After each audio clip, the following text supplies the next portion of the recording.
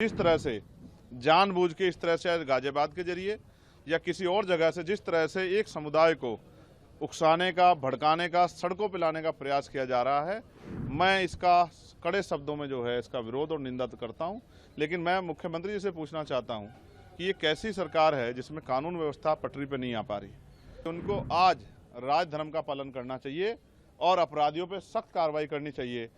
UP में जिस तरह से लगातार कानून व्यवस्था दम तोड़ चुकी है, ध्वस्त हो चुकी है, ये फिर से जो है उसी का एक उदाहरण पेश हो रहा है। लगातार कमजोर वर्गों के लोगों पर हिंसाएं हो रही।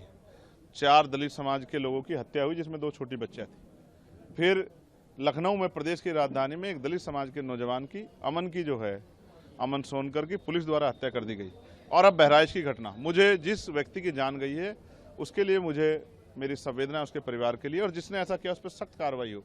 लेकिन हम इस बात को भी इग्नोर नहीं कर सकते कि जिस तरह से जानबूझ के इस तरह से गाजियाबाद के जरिए या किसी और जगह से जिस तरह से एक समुदाय को उकसाने का, भड़काने का, सड़कों पर लाने का प्रयास किया जा रहा है, और लगभग इस बार तो जो है वो सफल भी हो गए हैं कि हिंसा जो है जिस तरह की होती दिखाई दे रही है, मैं इसका कड़े शब्दों में जो है इसका विरोध और निंदा करता हूं। लेकिन मैं मुख्यमंत्री जी से पूछना चाहता हूं कि ये कैसी सरकार है जिसमें कानून व्यवस्था पटरी पर नहीं आ पा रही।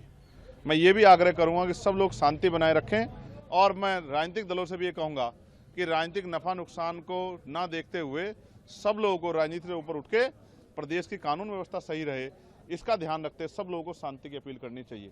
लेकिन मैं इसके साथ साथ उत्तर प्रदेश के मुख्यमंत्री से भी ये कहूँगा कि उनको आज राजधर्म का पालन करना चाहिए और अपराधियों पर सख्त कार्रवाई करनी चाहिए, और कानून व्यवस्था जो है वो बहाल हो, असुरक्षा की भावना खत्म हो, और प्रदेश में और कहीं से हिंसा की आग न जाए, इस बात का ध्यान रखते हुए सख्ती से कार्रवाई करनी चाहिए, जिससे कि आम जन अपने आप को सुरक्षित महसूस करें। अगर मुख्यमंत्री राजधर्म नहीं निभाते तो हमें मानना चाहिए कि ये सरकार का फेलियर तो है, और ज़्यादा उम्मीद सरकार से हम लोग नहीं कर सकते।